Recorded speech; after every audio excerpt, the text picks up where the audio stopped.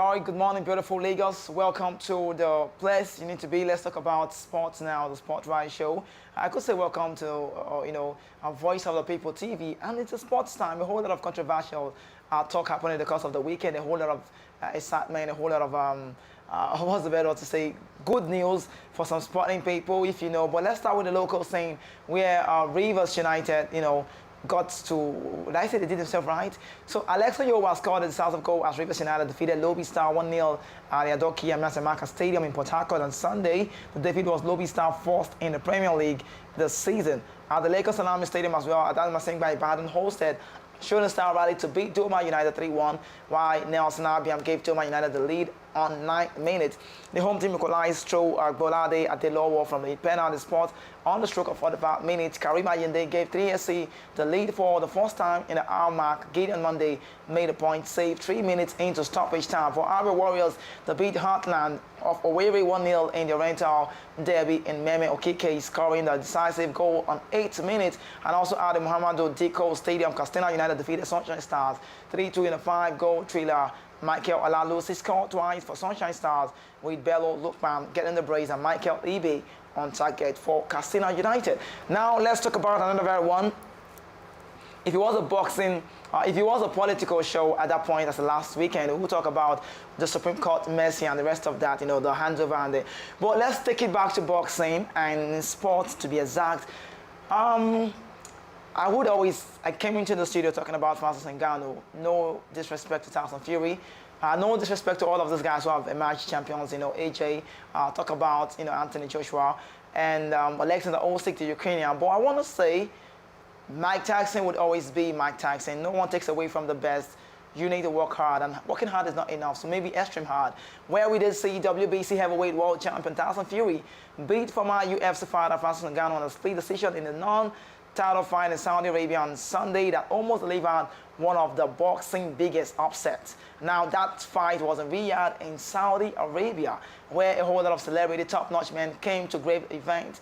And I just say the likes of Cristiano Ronaldo, Kanye West, and all of those guys made the place a worthwhile moment. But then, Fury, the unbeaten holder of one of the sport's most prestigious belts, narrowly avoided a first defeat at the hands of 37-year-old opponent who had never boxed professionally before, but went through the 10 rounds with some swagger. Ngannou Francis dropped the bride into the canvas in round 3 with a left hook, and although the 35-year-old self-styled Grimsey King was able to see out the round, which he had no doubt about what he was up against. Now watch that clip again. You could see, you would know that he is a very good boxer. Tyson Fury escaped this one.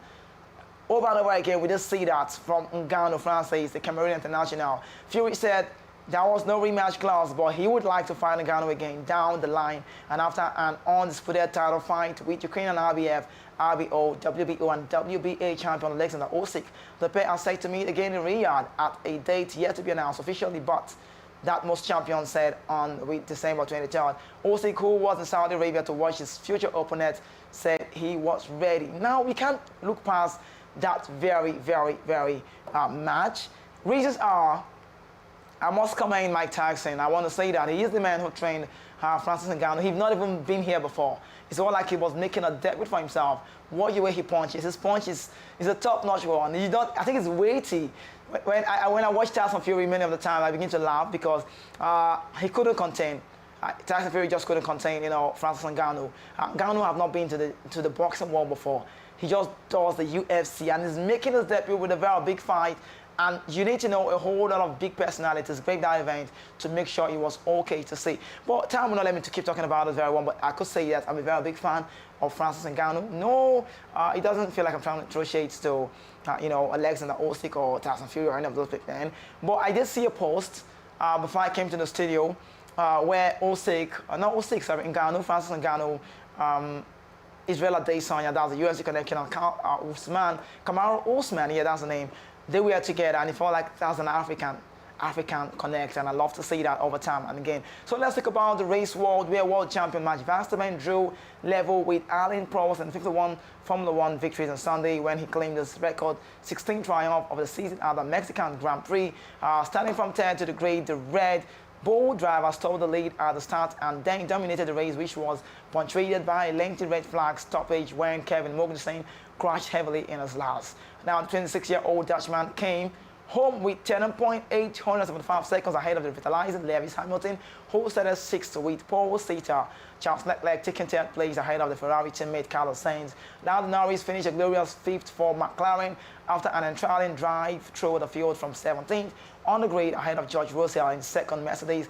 It was Max Verstappen's fifth win in Mexico and his record equaling 18th podium finish this year, while the luckless Leclerc I could say collided with Sergio Perez. Red Bull at the first corner endured his 11th successive failure to convert pole into a victory. Perez also spun off, recovered and retired, much to the disappointment of his home Mexican fans in a big crowd at the high altitude Autodromo Hermanos Rodriguez. And that's what this man, Max Verstappen at the time. I like to use the word transition. Each time I talk about him, I don't really struggle for word to use because he's brought transition to the game, transformation to the world of Formula One. I like to say this all the time. Growing up for me, I've always been a fan of Lewis Hamilton, and I've always talked about the British man. But right now, it's not anyone's fault, not any sport analyst or sport presenter or broadcaster's fault. Now, you can now sing the praise of, Max Verstappen and what he has done over time. And I think I could say the sky is not his limit, but better word, his stepping stone. But away from that, talking about football, the mother of Liverpool winger Luis Diaz was rescued from kidnappers on Saturday, but the search remains ongoing for his father, Colombian President Gustavo Petro said. Petro posted on X, formerly known as Twitter, that Diaz's mother was rescued in Barangas in the north of Colombia. Colombia's Attorney General office said it was being working intensively on the case. Local media reports say that Luis Manuel Diaz and Selenis Rolanda were at the service station where armed men on motorbikes kidnapped them. The director of the police, General William Salamanca, said he deployed intelligence agents and the officers are on the case to make sure everything gets to be okay.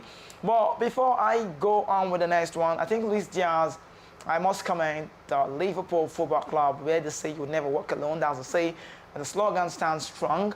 I did see the goal from Jota, and that goal was dedicated to Luis Diaz's parents who were kidnapped. And, that's a very emotional part of the game. And I just say that Jota knew he was going to score. He got a start, not a starter for, a younger club side this season. But then he got on the score sheet and he had to go off the pitch, get a jersey, and, he did raise that just to, commiserate with Luis Diaz, whose parents have gone through a lot within a short period of time. But let's take it back away from that, talk about the Allianz Arena side. The result against Darmstadt. I think that was the first time in the history of Bayern, German football, top last football, where we saw a 3 red card in the first half, and it was a bad one. But any time on the day, Harry would always definitely ken you. Bayern Munich pulverized Darmstadt 98, 8-0 on Saturday with Harry Kane hat-trick. And all the goals coming in the second half to go on top of the Bundesliga's Manuel Neuer. The keeper's injury comeback was overshadowed by a record 3 red card. The hosts playing with 10 men were unstoppable after the break against 9 men. Darmstadt opening their account with Harry Kane 52nd minute diving header. Leroy Sané struck twice either side of a Jamal Musiala, who also got the kill of the game, and Kane scored again with a stunning 60-meter looping shot from inside the Bayern half. That was an assist dropped from Thomas Muller. That one is a goal that I would reckon with any time. Harry Kane, how do you do this? I don't know, it's a question. From the opposition half, Harry Kane had to take it, and he saw the goalkeeper out, and he felt like, okay, let me give it a try. And of course, he did, and he worked out. The paved way, he happened, and that was 60-meter. And that was a loop one for Harry Kane, who is in the German Bundesliga for the first time. Thomas Müller added another, and Musiala back the second 5 minutes later before Harry Kane completed his hat-trick with 9. And that was the 12th goal of 9 leagues game in a top-six first half. Bayern Munich, Joshua Kimmich, and then 2 Darmstadt players were sent off in the straight red card, and the first time this has happened in the opening 45 minutes of Bundesliga game. Like I said, it's a history. But away from that, let's take it to Serie A. Inter Milan needed a late Marcus Thuram goal to overcome stubborn Roma at San Siro. The victory sent the Nerazzurri back on top of the Serie A, leapfrogging Juventus, who ascended to summit 24 hours earlier. Then for Roma, The result sees them remain in 7th place and outside of the European qualification place as things stands now. Inter Milan beat Roma 1-0 to return to the top of the Serie A, but we are made to work for 8 by our visitors and former manager Jose Mourinho. Hakan Calhanoglu routed the crossbar in 6 minutes and Inter dominated from the outside, but for most of the next hours, it was the closest they came to scoring. Now, next on, talk about Brest. The result, Brest playing against Paris Saint-Germain. It seems as if Brest were going to claim PSG as their latest cup this season, but eventually the champions found a way as late penalty from Kylian Mbappe gave the Paris Saint-Germain a 3-2 win, and it was a tense match with PSG racing into 2-0 lead before being pegged back. However, in closing moment, PSG were awarded a penalty which was scored by Kylian Mbappe before celebrating in front of the home fans. PSG is now 3-2, wonderful snatching out there. Win at the Stade de Britos in Ligue 1, courtesy of Kylian Mbappe's late goal to make it 4 victories under Spain. Luis Enrique's side, fresh from 3-0 victory over AC Milan on midweek, began confidently and broke the deadlock when Bradley Barcola twisted past 2 challenge before finding Ryan Emery, who fired the shots from distance into the corner for a superb goal. Now, one man I could say I am Kizike, and nobody can hurt me, not even Jude can Bellingham. If it was a radio show, I like to say that a lot. Jude Bellingham is the man of the moment. 13 and 13, 3 assists. How does he do this? Jude Bellingham scored twice, including an injury time winner, as Real Madrid fought back with a goal down to beat Barcelona 2-1 in the El Clasico. Barcelona made a perfect start with midfielder Elke Gundogan opening the scoring from close range in the 6th minute by taking advantage of a bad defensive mistake by the visitor. However, Barca, who hit the woodwork twice, were punished by failing to convert their dominance into goals, as Jude Bellingham made the most of the 2 chances he had in the second half, forcing unleashed an unstoppable strike from range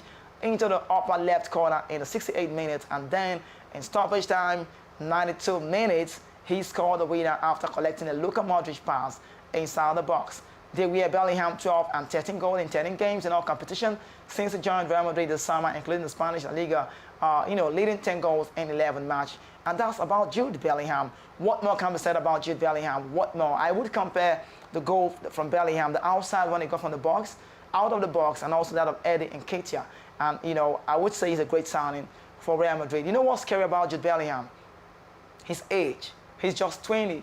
And look how he's scoring goals over time. A man that is new to La Liga Santander, having moved from Borussia Dortmund. Carlos said before the game that he was asked questions and said, how do you think you go into this classical game? And he said to himself, he said to the media, and he said, I am very comfortable. If I have Jude, then I can add any other players, and he makes a team. And he called the name Jude Bellingham, and Jude Bellingham rescued Real Madrid in that classical game. But let's take it away from that and talk about the Premier League, where Arsenal striker Eddie Nketiah, this one against another player that doesn't want to stop anytime soon. He keeps running from box to box. He just wants to make every move. Arsenal striker Eddie Nketiah ended the scoring drought in stunning fashion with a hat-trick in the side, finally home, trashing a hapless, Sheffield United in the Premier League on Saturday. The 24-year-old, who made his full England debut this season, had not scored for the Gunners since August and had recently lost his place in the starting lineup, but he found bottom club United. That's Sheffield, overworked defense, much more to his liking, and linking up as he grabbed his first Arsenal hat-trick. Eddie Nketiah in for injured Gabriel Jesus, broke the deadlock in 28 minutes with a fine finish after a pass of Declan Rice, and made it 2-0 shortly after halftime with an emphatic strike after United keeper Wout van der Gaan failed to intercept Bukayo Saka's corner. The best was, the best was saved until last, though, with Eddie Nketiah smashing an unstoppable shot into the top corner before retrieving the ball and holding it aloft. Eddie Nketiah later dedicated his hat-trick to his aunt, who recently died. For the 3rd season in a row now, Chelsea bad news. Brentford have come to West London rivals Chelsea and emerged victorious at Stamford Bridge. This victory lacked some of the free-flowing football that marked their previous win, with a strong defensive, performance required as Chelsea, prepared the Brentford goal. But Brentford held firm, and they produced a goal they needed on the counter to move into the top half. Brian Bremo and Ethan Pinnock were on target as Brighton won 2-0 at Stamford Bridge to Chelsea to triumph at Stamford Bridge for a historic 3rd season in a row and end the Blues' recent revival. Mauricio Pochettino, the Argentine international home side, had dominated the first 45 minutes and carved out a series of good openings, but could not find a breakthrough, with Noni Madueke going closest with a shot that came back off the frame on the goal. It was late for the Blues, but they stayed not heed the warning, and the Bees stole in front of 58 minutes when Pino connected in Bremo's right wing cross. Chelsea huffed and puffed, but rarely looked like rescuing a draw, and Bremo rolled in a second deep into stoppage time to clinch the point. And that was a great goal to see.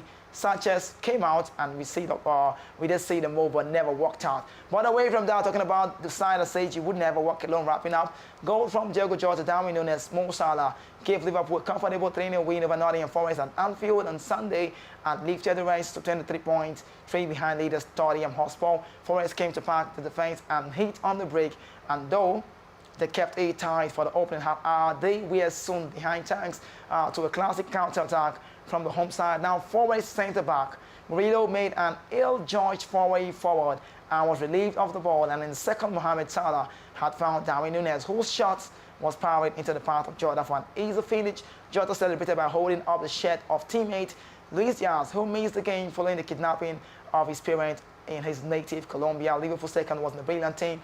Goal as they sliced the Forest rear guide, and this time around was Dominic Szoboszlai, sorry, I beg your pardon. I was going to say Dominic Solanke, Dominic Solanke the other side. Now Dominic Szoboszlai, the Hungary international, who got free down the right to pull the ball across the goal for Darwin Núñez.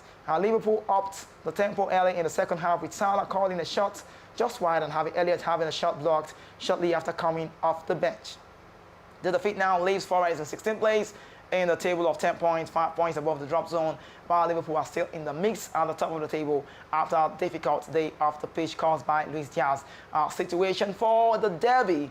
No time to go into detail about this, but let me quickly say this now. Erling Haaland scored twice as Manchester City inflicted more pain on Manchester United with a 3-0 win at Old Trafford to close within 2 points of the Premier League leaders Tottenham Hotspur. Haaland started home from the penalty spot midway through the first half and headed into a second half just half time before setting up a voting for City's third. City began the match outside the top 4 after an indifferent start to their title defense, but Pep Guardiola's men remained the favourite for an unprecedented 4th consecutive English top flight title and showed that they are class apart from their local rivals, and they move up to third. The 5th defeat in 10 league games this season leaves United down in 11 points off the top. Bad news, but I need to go now. Shout out to every team that got it right for the weekend, and also for every sport. Max Verstappen doing well. I think that's a Haaland also in the world of golf, making sure everything is looking okay. And all of these guys have done so well. But then, we would have to talk about this hopefully when I return again tomorrow. Happens to be another time right here on your TV screen. Would be a Tuesday, but I'll be here. That's 31st of October 2023 to wrap up the show and tell you more about every exciting sports story you need to know. But until then, this is Voice of the People TV, and my name is Kizzy K. Stay safe. If you're not doing it right, just know you're doing it definitely wrong. Peace out.